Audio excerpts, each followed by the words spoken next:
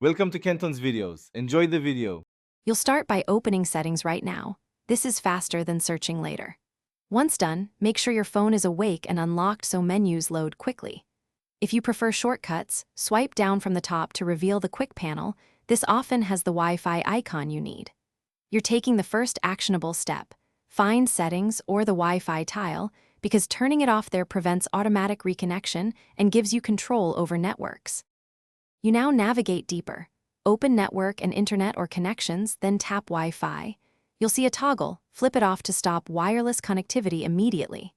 If you want to prevent reconnection to a specific network, choose the network and select Forget. That clears the saved password.